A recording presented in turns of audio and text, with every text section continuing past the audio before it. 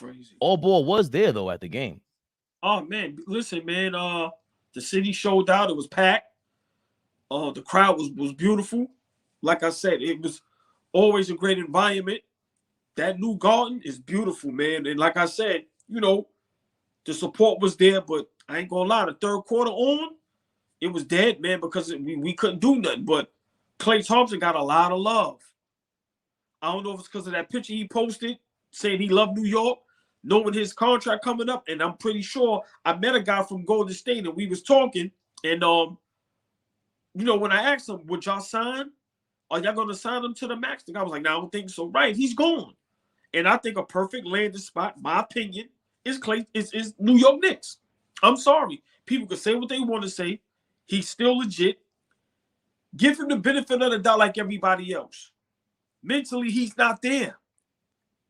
They tried to snake him. Remember, y'all treating him like he's not even part of the core no more. Nah. Put him in another spot. Put him with us and get all that love. He still can shoot. They don't play no defense. He still can shoot. He knocked down 3 threes last night. It's funny you say that about Klay Thompson. Because our guy, Draymond, I think he feels the same way you do about Klay Thompson being in Golden State. It was cool. Yeah. Just to have a couple conversations about it, like to entertain the thought of that. It was cool to have a conversation about it. That's a fact. Because it's one of those things that you never thought the conversation.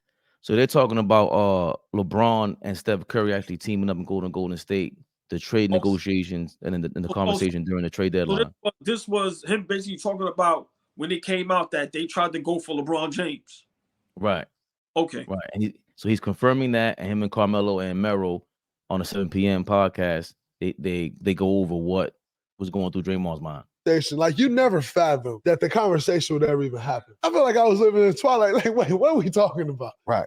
Those conversations is a lot different. The conversations was fun. You got to have big cojones to pick that phone up and say, Steph and LeBron. That'd be crazy. On the team that you have right now. I think that team wins a championship, no problem. I don't think so. Crazy. I don't think so because guess what? If LeBron is going to Golden State, you got to build another team. He out of there. Klay is gone. They can't stay. It's going to be them two and Kuminga and Kuminga can't go nowhere. That's what I'm saying. Kuminga can't go nowhere. Kuminga can't go nowhere. You get what I'm saying? Kuminga is a star.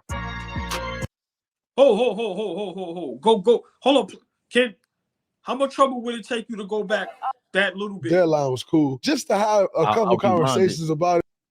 We wanted in the background because it'll be the short. Is it just me? He said Kuminga has to stay. He didn't say Klay got to stay. Bingo, amigo. What I've been saying.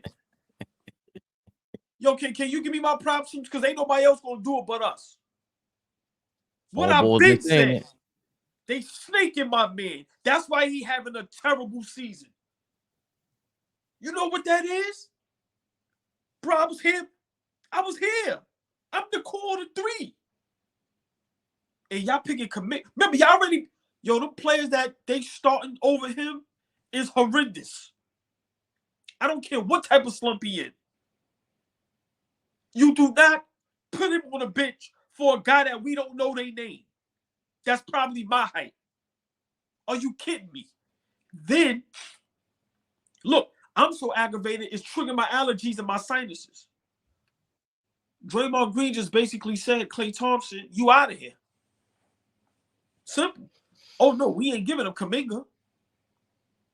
We ho. So what about me? I built this with y'all.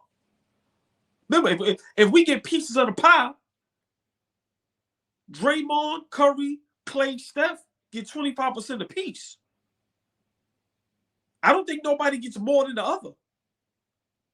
And we can have that conversation one day too. Pizza pie. Let's split it up.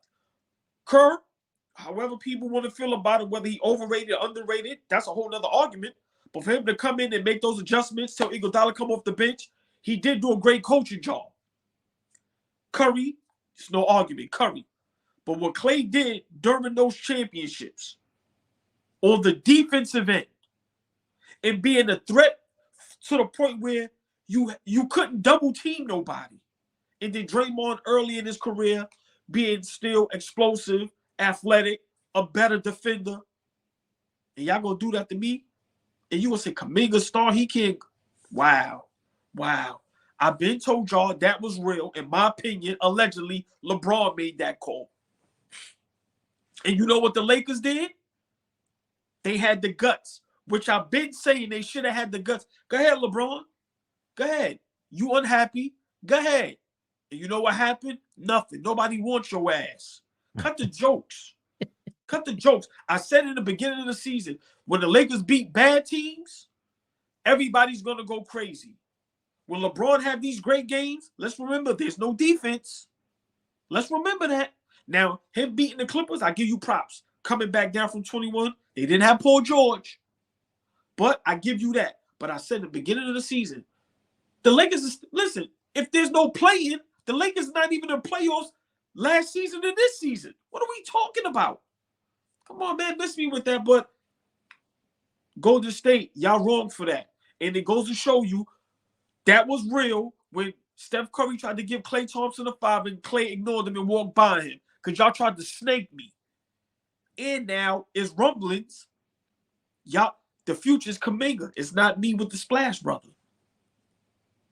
Thank you, Draymond, for being a big mouth. Fucking idiot. Can't stay. It's gonna be how do you say them that two and smiling like? Hold on, and pause it. How do you say that smiling like that? Klay's supposed to be your brother. Nah, bro. Wicked. Go ahead, you can play it. Kuminga can't go nowhere. That's what I'm saying. Kuminga can't go nowhere. Kuminga can't go nowhere. You get what I'm saying? Kuminga a star. Wow. Kuminga can't go nowhere. Wow. I think that's business, man. Like, that's the one thing about Draymond being a big mouth. Pause. He just lets you in on what the business is about. It got like it's cutthroat. It is what it is. He got his money. He broke down how Kevin Durant. Shout out to B.J. Armstrong. B.J. Armstrong was Draymond's agent at the time. Big shout out to B.J. Armstrong. He doesn't get enough credit again for showing people how to make a career, post-career in the NBA. And he was Draymond's agent. He told him like, yo, there's rumblings, KD doesn't want to be in OKC. And Draymond said, yeah, that's the best. That's like one of the worst kept secrets. So he goes, well, the way to go get him is you need to make this amount. And he could fit over here next year. So they broke that down. And he took even less money because he didn't understand the how it worked. But Draymond is the primary reason why KD went to Golden State.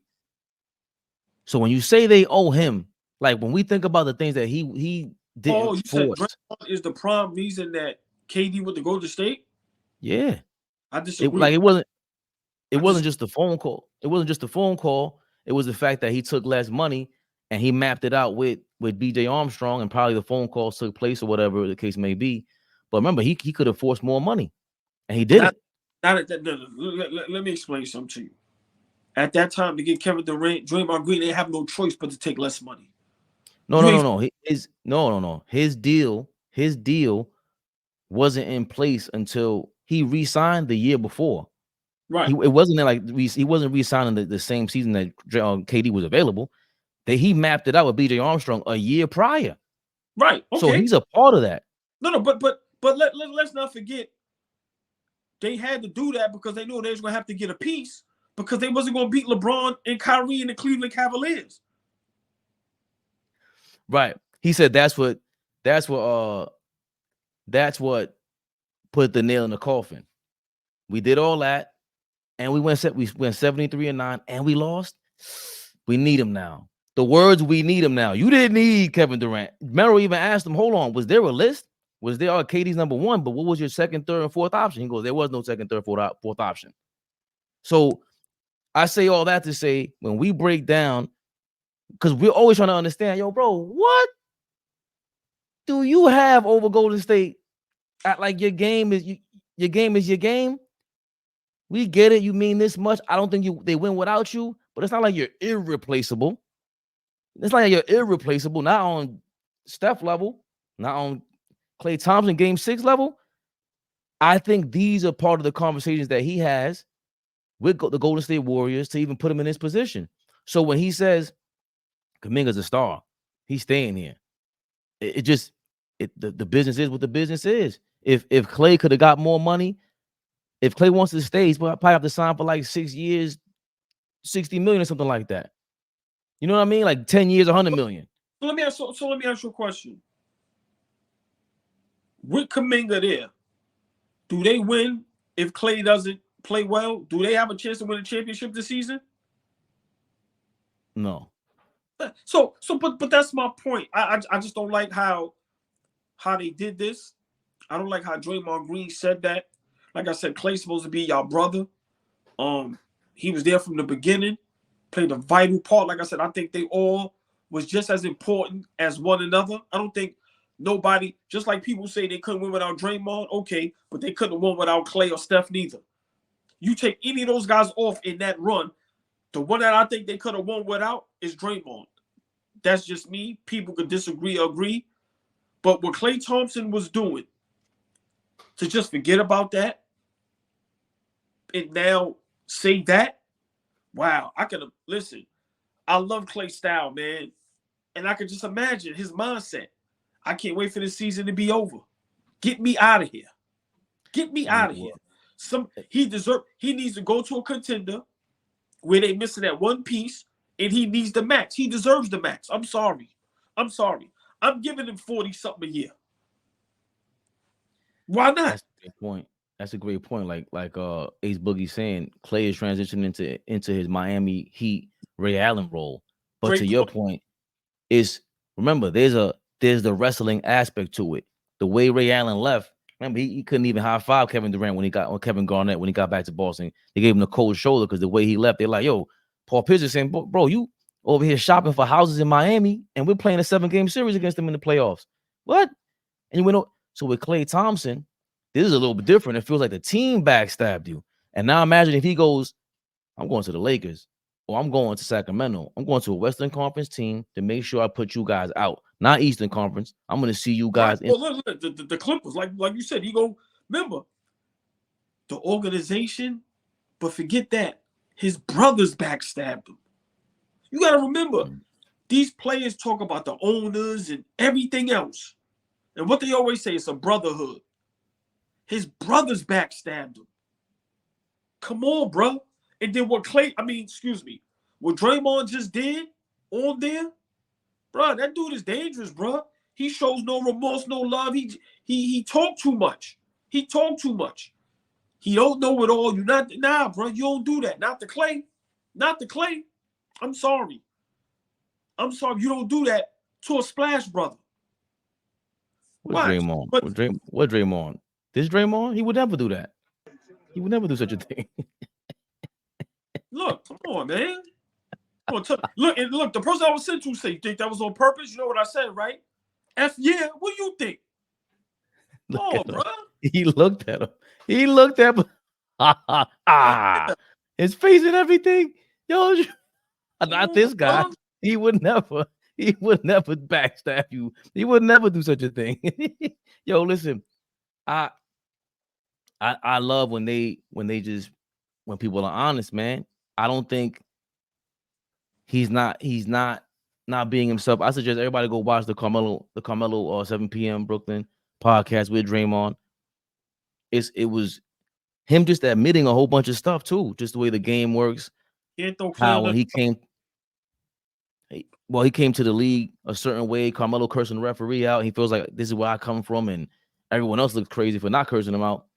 And I think he's like, remember, he told the he's a manipulative dude, bro. He told the commission, I'm gonna retire. Why would you even? And then Adam goes, no, calm down. Listen, this mental health thing, you guys don't want to say it. I don't want to dip my toes too much in that water, but these guys are playing manipulation games. I'm staying away from that conversation. Yeah, but the way I'm thinking about retiring. You went that far with it, Adam Silver. Your response was, we're gonna be suspending you indefinitely, and you take all the time that you need. Bro, this guy's a menace on the court. So if Podemski, if I always confuse them. If what's our guy? What's the big ragu? DiVincenzo. If he gets up and just snuffs Draymond, Like that's the stuff that you want to avoid. But I don't get how he's still playing in the league. It just, I get it, but what context to what, Flea? Which about what? Draymond, what? I think it's still amazing for Draymond to sit there and break the game. They even broke down an All-Star game. It's just the business side of it that doesn't get talked about. Carmelo talked about how Anthony Edwards didn't shooting left-handed during the All-Star game during that skills competition. He's like, yo, that's a shot at the league. You can't do that. Like when you're playing around at the All-Star, like this ain't an amusement park ride. The All-Star game is supposed to be big time, millions of dollars on the line. You can't try to motivate these players with money. Like, where's the love for the game? The All-Star game is supposed to be a prestigious, take advantage of that moment. So the way that they're talking about it to me is, it's honest. And Carmelo doesn't sound like a fraud. Draymond don't sound like a fraud. So all I could do is appreciate that. Death threats to his mama, bullying at school with his kids, tell the whole story. Flea, that happens with all these guys. You can't play the bad guy, be the bad guy, and cry. That's called manipulation, bro. You're not fooling me with all this. You're not. Like, Flea, what up? Flea, if when Russell Westbrook said that, I understand. I feel bad because I don't remember Russell Westbrook trying to like hit people and be this conniving, be this cold about his style of play. Like really punching people in the face. He really choked somebody across the court. He really spun around and dropped somebody on the court with a right hook. He really did all this and had the nerve to say, "I'm thinking about retiring." Retiring from what? And they had I got death threats to my moms and the bullying. Yeah, that's what happens when you're on broad TV on the biggest stage of all time, and you punch people in the face.